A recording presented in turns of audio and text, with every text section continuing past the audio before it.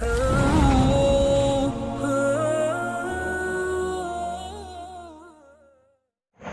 اللہ الرحمن الرحیم۔ عزیز طلبہ، ہم نے اپنے تمام اکابر کو دیکھا کہ جب وہ کسی کتاب کو شروع فرماتے تھے تو مبادیات کتاب کے ساتھ صاحب کتاب کا تعارف ضرور کراتے تھے، اس لیے کہ کتاب اور صاحب کتاب دونوں چیزیں بڑی اہمیت اور عظمت رکھتی ہیں۔ اب ہم 2-3 دن کے بعد جس کتاب کا آغاز کریں گے وہ کتاب اللہ اکبر خاتم الفقہاء والمحققین علامہ ابن عابدین شامی رحمۃ اللہ علیہ المتوفی 1252 ہجری کی شورۂ آفاق کتاب شرح عقود رسم المفتی ہے۔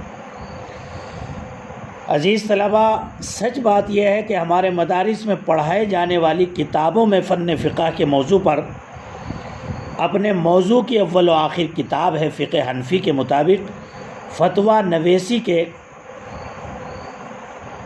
گویا کے آداب، اصول، حدود، شرائط، اور صاحب کتاب نے حتی الوسع وافر معلومات اور علماء متقدمین کی آراء کو جمع فرما دیا ہے۔ عزیز طلبہ، جس موضوع پر یہ کتاب ہے یقیناً اس موضوع کی عظمت سے آپ واقف ہیں۔ میں آج کتاب یا فن فقہ کا تعارف یا اس کا موضوع میری گفتگو کا موضوع نہیں ہے، بلکہ میری گفتگو کا موضوع عزیز طلبہ صاحب کتاب خاتم الفقہاء والمحققین علامہ سید محمد امین عابدین ابن عمر عابدین الحسینی الشامی رحمۃ اللہ علیہ کا مختصر تعارف۔ لیکن میں از راہ برکت، چونکہ یہ کتاب انہوں نے جو لکھی ہے فن فقہ پر لکھی ہے، تو فن فقہ اپنے اندر کیا گہرائی اور گہرائی رکھتا ہے اور اس کے کیا دینی اور دنیاوی نفع ہیں، میں امام محمد رحمۃ اللہ علیہ کی طرف منسوب اس مبارک شعر سے اپنی بات کا آغاز کرتا ہوں۔ تفقہ فإن الفقہ افضل قائد الی البر والتقوی واعدل قاصدی وکن مستفیدا کل یوم زیادۃ من الفقہ واصبح فی بحور الفوائد فإن فقیہا واحدا متورعا اشد علی الشیطان من الف عابد۔ جس کا خلاصہ یہ ہے عزیز طلبہ، تفقہ حاصل کرو کیونکہ فقہ نیکی اور تقوی کی طرف لے جانے والا بہترین رہنما اور آسان راستہ ہے۔ دوسرے شعر کا ترجمہ ہے، اور ہر روز فقہ سے استفادے میں زیادتی کر کے علمی فوائد اور لطائف کے سمندروں میں غوطہ زنی کیا کرو، اس لیے کہ ایک صاحب ورع و تقوی فقیہ مفتی شیطان پر 1000 نرے عابد گزاروں سے بھاری ہے۔ بس اس سے آپ سمجھ گئے ہوں گے کہ اس علم کی کیا عظمت ہے۔ میں آج علم کے موضوع پر جو یہ کتاب فقہ کے موضوع پر لکھی گئی شرح عقود رسم المفتی، اس کی گہرائی گہرائی، اس کی جامعیت کو میں نے آپ کو بتایا کہ اس موضوع پر یہ مدارس اسلامیہ میں پڑھائی جانے والی اول و آخر کتاب ہے۔ اس کے اندر رسائی حاصل کیے بغیر آپ فتویٰ نویسی کے اصول اور آداب کو نہیں سمجھ سکتے۔ لیکن آج میری اس سبق کا مقصود آپ تک علامہ ابن عابدین شامی رحمۃ اللہ علیہ کا تعارف ہے۔ سچی بات یہ ہے کہ علامہ شامی رحمۃ اللہ علیہ کی پیدائش 1198 ہجری میں دمشق میں ہوئی۔ بہت کم عمری میں آپ نے قرآن کریم حفظ کیا اور اس کے بعد آپ اپنے والد ماجد کی تجارت میں ہاتھ بٹانے لگے۔ ایک مرتبہ دکان پر بیٹھے ہوئے آپ قرآن کریم پڑھ رہے تھے کہ ایک نامعلوم شخص کا وہاں سے گزر ہوا۔ اس نے جب آپ کو قرآن پڑھتے ہوئے سنا تو بہت ڈانٹا اور کہا، فلن تو یہ بازار قرآن پڑھنے کی جگہ نہیں، تم پڑھتے ہی رہو گے اور لوگ اسے سنیں گے نہیں، جس کی وجہ سے وہ گناہ کے مرتکب ہوں گے۔ دوسرے، تمہارے پڑھنے میں غلطیاں بہت ہیں۔ یہ کہہ کر وہ شخص تو چلا گیا اور علامہ شامی فوراً وہاں سے اٹھے اور اپنے زمانے کے مشہور قاری شیخ سعید الحموی کی خدمت میں حاضری دے کر اولاً فن قرات میں مہارت حاصل کی، اور اس کے بعد نحو و صرف اور فقہ شافعی کی کتابیں انہیں انہی سے پڑھی۔ بعد ازاں آپ نے علامۃ الدہر امام العصر سید محمد شاکر سالمی الحنفی کی شاگردی اختیار کی اور ان سے تمام علوم عقلیہ و نقلیہ، حدیث و تفسیر اور فقہ حنفی کو حاصل کیا، یہاں تک کہ اپنے استاذ کی زندگی میں آپ کی علمی استعداد کی شہرت ہو گئی۔ دوران طالب علمی آپ نے بعض کتابوں کی شروحات بھی لکھی۔ شرح منار اسی زمانے کی یادگار ہے۔ ابھی آپ کی عمر کل 24 سال کی تھی اور آپ کی تعلیم کا سلسلہ جاری تھا کہ آپ کے استاد شیخ محمد شاکر کا وصال ہو گیا۔ اس وقت آپ استاد محترم سے البحر الرائق ہدایہ اور اس کی شروحات پڑھ رہے تھے۔ شیخ محمد شاکر کی وفات کے بعد شیخ کے سب سے جلیل قدر شاگرد شیخ محمد سعید الحلبی رحمۃ اللہ علیہ کے سامنے آپ نے زانوئے تلمس طے کیا اور تعلیم کی تکمیل کے بعد آپ نے فقہ حنفی کی مشہور جامع ترین کتاب در مختار کا بے نظیر حاشیہ رد المحتار کے نام سے لکھا اور اس کے دوران بہت سے رسائل اور حواشی لکھے، جن میں سے بعض رسائل مجموعہ رسائل ابن عابدین میں شائع ہو چکے۔ یہ تھی آپ کے ابتدائی تعلیم کا حال، لیکن آپ کو زمانہ طالب علم میں کس درجے علمی انہماک تھا؟ عزیز طلبہ، یہ حالات زندگی میں اس لیے بتا رہا ہوں تاکہ مجھ سے نصیحت حاصل کریں۔ علامہ شامی پوری زندگی مکمل یکسوئی کے ساتھ علمی مشاغل میں مشغول رہے۔ کتابوں کو جمع کرنے کا آپ کو بہت شوق تھا اور اس بارے میں آپ کے والد ماجد آپ کا ہر ممکن تعاون فرماتے۔ چنانچہ آپ کا ذاتی کتب خانہ بے مثال اور عدیم النظیر تھا۔ فوراً آپ حاشیے میں اس پر نوٹ لگا دیتے تھے دوران مطالعہ اگر کوئی قیمتی بات آتی تھی۔ یہ عادت ہماری بھی ہونی چاہیے، جب بھی کوئی قیمتی بات سامنے آئے تو ہمیں ایک رف کاپی پر اس کو لکھ لینا چاہیے۔ کیا علمی گہرائی تھی علامہ شامی رحمۃ اللہ علیہ کی! اللہ تبارک و تعالیٰ نے آپ کو فقاہت کے بلند مرتبے پر فائز کیا۔ جس مسئلے پر بھی آپ بحث فرماتے دلیل سے اسے مضبوط فرماتے۔ علامہ شامی کے ایک شاگرد علامہ محمد آفندی جابی زادہ جو خلافت عثمانیہ میں مدینہ منورہ کے قاضی تھے کا بیان ہے کہ خلافت عثمانیہ کے مفتی اعظم شیخ الاسلام عارف عصمت بیگ نے ان سے اس خواہش کا اظہار کیا کہ میری یہ تمنا ہے کہ علامہ شامی مجھے بطور برکت کے اجازت مرحمت فرمائیں۔ آپ کے ایک شاگرد مفتی اعظم بیروت شیخ محمد آفندی الحلوانی کا بیان ہے کہ میں نے علامہ شامی جیسا درس کسی کا نہیں سنا۔ میں آپ کے درس میں جانے سے پہلے تمام شروع و حواشی کا مطالعہ خوب کرتا، لیکن جب آپ کے درس میں پہنچتا اللہ اکبر تو وہ نکات آپ بیان فرماتے اور ایسے عجیب و غریب فوائد و افادات سے مستفید فرما دے کہ ہمارے قلب و دماغ وہاں تک رسائی نہ حاصل کر سکتے۔ یہی وجہ تھی کہ اطراف و اکناف سے بڑے بڑے علماء آپ سے شرف اجازت حاصل کرنے کی غرض سے اور استفادے کی غرض سے آپ کی خدمت میں حاضر ہوتے تھے۔ عزیز طلبہ، فقہی مقام اللہ اکبر، آپ اپنے زمانے کے مسلم مفتی اعظم تھے۔ اطراف عالم میں جو بھی نیا مسئلہ وجود پذیر ہوتا تو دیگر علماء و کابرین مفتیان کے ساتھ اس کے متعلق آپ سے استفادہ کیا جاتا۔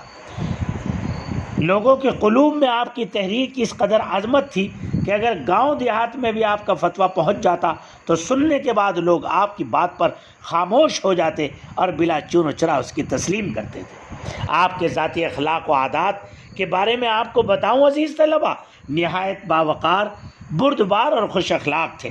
آپ کے ایک شاگرد جو سفر میں حج میں آپ کے شریک تھے کہتے ہیں میں نے پورے سفر میں آپ سے کوئی ایسی نازیبہ بات نہیں سنی جس سے آپ کے کسی رفیق سفر کو ناگواری ہو۔ جو بھی آپ سے ایک مرتبہ ملتا وہ آپ کی تواضع اور خوش کلامی کو ہمیشہ یاد رکھتا۔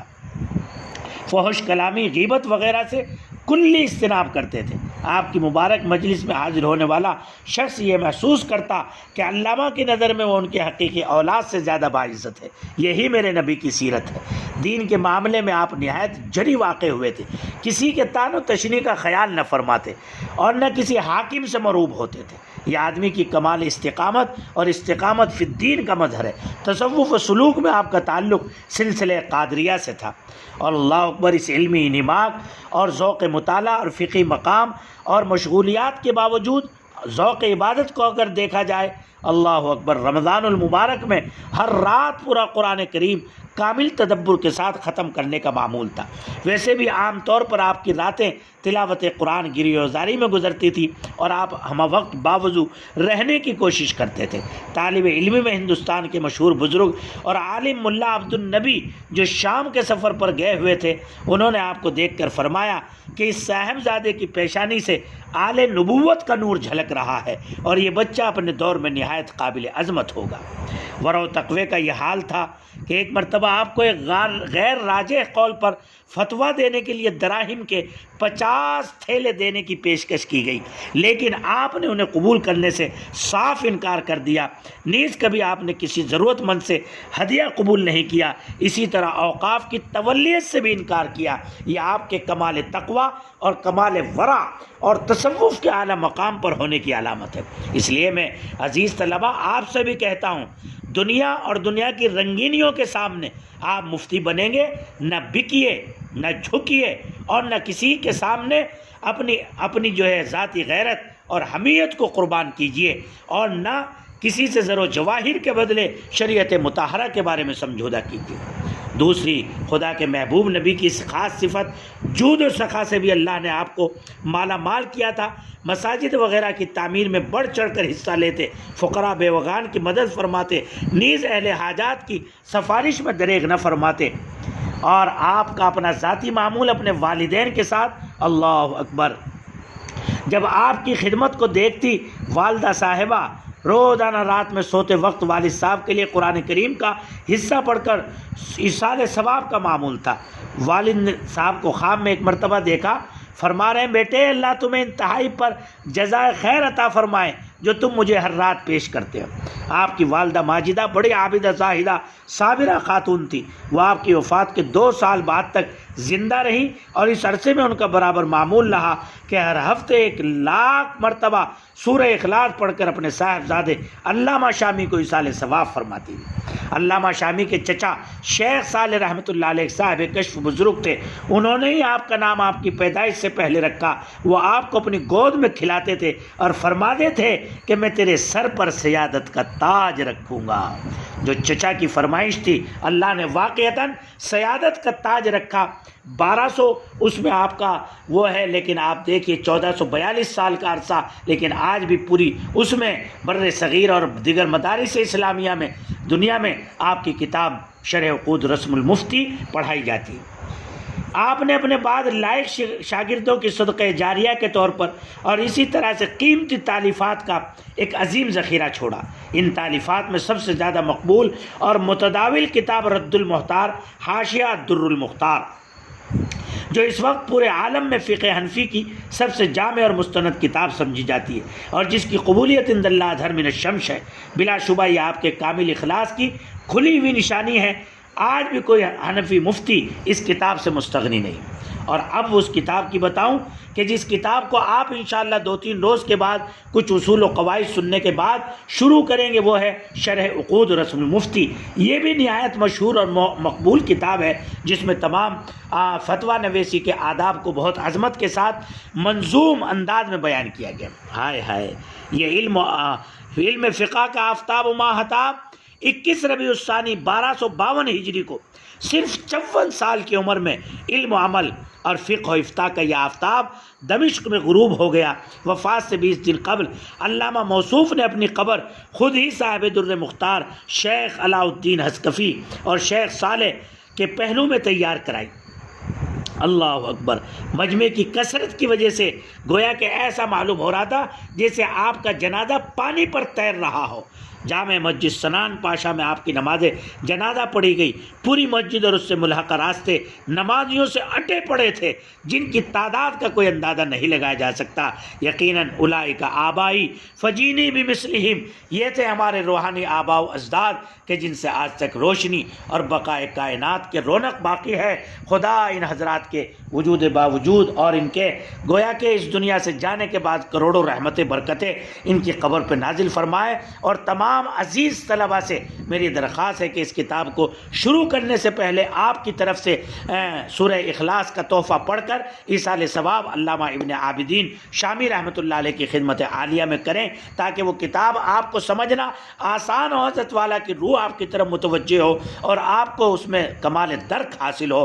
بس یہ مختصر سا تعارف تھا خاتم الفقہاء والمحققین علامہ شامی رحمۃ اللہ علیہ کا، جو میں نے آج کی اس آڈیو میں اور اس سبق میں آپ تک پہنچایا۔ آپ اس کو عظمت کے ساتھ سنیے اور ان سے جو نصیحتیں حاصل ہوتی ہیں ان کو جو ہے اپنی زندگی کا خلاصہ بنائیے، اپنی زندگی کا عمل بنائیے۔ اللہ عمل کی توفیق عطا فرمائے۔ السلام علیکم ورحمۃ اللہ وبرکاتہ۔ اور اس ناکار ہے بے علم و عمل محمد سالم اشرف قاسمی خادم التدریس والفقہ دارالعلوم اشرفیہ دیوبند کے لیے بھی دعا کیجیے۔